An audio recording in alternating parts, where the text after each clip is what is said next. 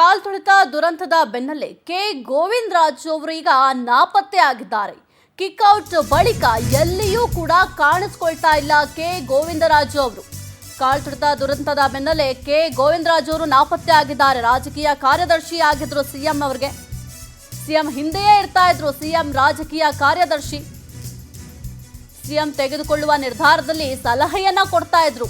ಏನೆಲ್ಲ ನಿರ್ಧಾರವನ್ನ ಮಾಡ್ತಾರೆ ಅದಕ್ಕೆ ಸಲಹೆಯನ್ನ ಕೊಡ್ತಾ ಇದ್ರು.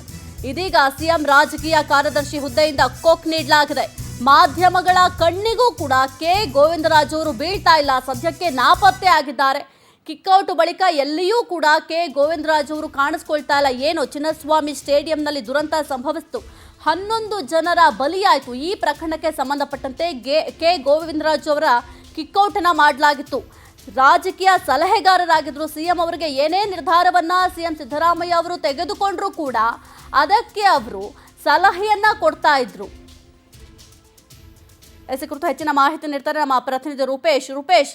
ಕಾಲ್ ತುಳಿತ ದುರಂತದ ಬೆನ್ನಲ್ಲೇ ಕೆ ಗೋವಿಂದರಾಜು ಅವರು ನಾಪತ್ತೆ ಆಗ್ಬಿಟ್ಟಿದ್ದಾರೆ. ಕಿಕ್ಔಟ್ ಬಳಿಕ ಎಲ್ಲಿಯೂ ಕೂಡ ಕಾಣಿಸ್ಕೊಳ್ತಾ ಇಲ್ಲ. ಈಗ ಅವ್ರನ್ನ ಹುಡುಕೋದೇ ಒಂದು ಕೆಲಸ ಆಗ್ಬಿಡುತ್ತಾ ಅಂತ. ಎಲ್ಲಿ ಹೋದ್ರು?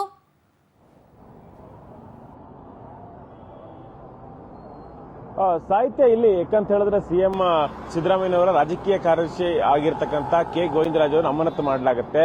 ಅಂದ್ರೆ ಅವ್ರನ್ನ ಕೆಲಸದಿಂದ ವಜಾ ಮಾಡಲಾಗುತ್ತೆ, ಬಿಡುಗಡೆಗೊಳಿಸಲಾಗುತ್ತೆ. ಹೀಗಾಗಿ ಅವರು ಮೊದಲು ಸಿಎಂ ಮನೆಯಲ್ಲಿ ಇರ್ತಾ ಇದ್ರು. ಸಿಎಂ ಮನೆಗೆ ಸಲಹೆಗಳನ್ನು ಕೊಡ್ತಾ ಇದ್ರು.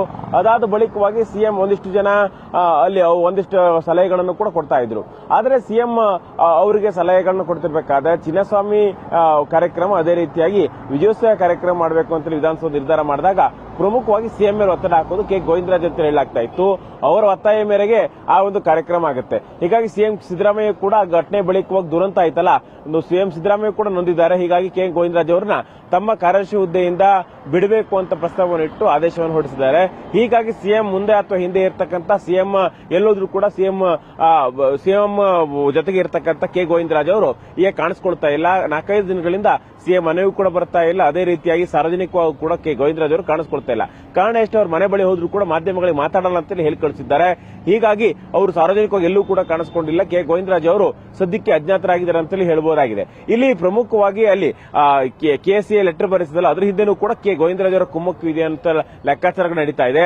ಅದಾದ ಬಳಿಕವಾಗಿ ಇಲ್ಲಿ ಭದ್ರತಾ ದೃಷ್ಟಿಯಿಂದ ಕೊಡ್ಲಿಕ್ಕೆ ಆಗೋದಿಲ್ಲದಾಗಲೂ ಕೂಡ ಕಾರ್ಯದರ್ಶಿಗಳ ಮೇಲೆ ಒತ್ತಡ ಹಾಕಿ ಕಾರ್ಯಕ್ರಮ ನಡೀಲೇಬೇಕು, ನಡೆದೇ ಸರ್ಕಾರಕ್ಕೆ ಮೈಲೇಜ್ ಸಿಗುತ್ತೆ ಅಂತ ಹೇಳೋದ್ರಲ್ಲೂ ಕೂಡ ಕೆ ಗೋವಿಂದರಾಜ್ ಪ್ರಮುಖವಾಗಿರ್ತಕ್ಕಂಥ ಪಾತ್ರವನ್ನು ವಹಿಸಿದ್ರು ಅಂತೇಳಿ ಲೆಕ್ಕಾಚಾರಗಳು ಹೇಳ್ತಾ ಇದ್ದಾವೆ.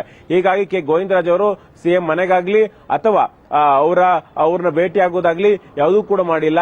ಸಿಎಂ ಏನೇನೋ ಕೂಡ ಒಂದ್ ರೀತಿ ಮುನಿಸನ್ನು ಮುಂದುವರಿಸಿದ್ದಾರೆ ಅಂತೇಳಿ ಹೇಳಲಾಗ್ತಾ ಇದೆ. ಒಟ್ಟಾರಾಗಿ ಸಿಎಂ ಕಚೇರಿಯಲ್ಲೂ ಕೂಡ ಒಂದ್ ರೀತಿ ಸಿಎಂ ಕಚೇರಿಗೂ ಕೂಡ ಭೇಟಿಯನ್ನು ನೀಡಿರಲಿಲ್ಲ. ಅದೇ ರೀತಿಯಾಗಿ ಸಿಎಂ ಕಚೇರಿ ಬಿಟ್ಟು ಸಾರ್ವಜನಿಕವಾಗಿ ಕೂಡ ಕಾಣಿಸ್ಕೊಳ್ತಾ ಇಲ್ಲ. ಸಾಹಿತ್ಯ. ಓಕೆ, ಥ್ಯಾಂಕ್ ಯು ರೂಪೇಶ್ ನಿಮ್ಮೆಲ್ಲ ಮಾಹಿತಿಗಾಗಿ.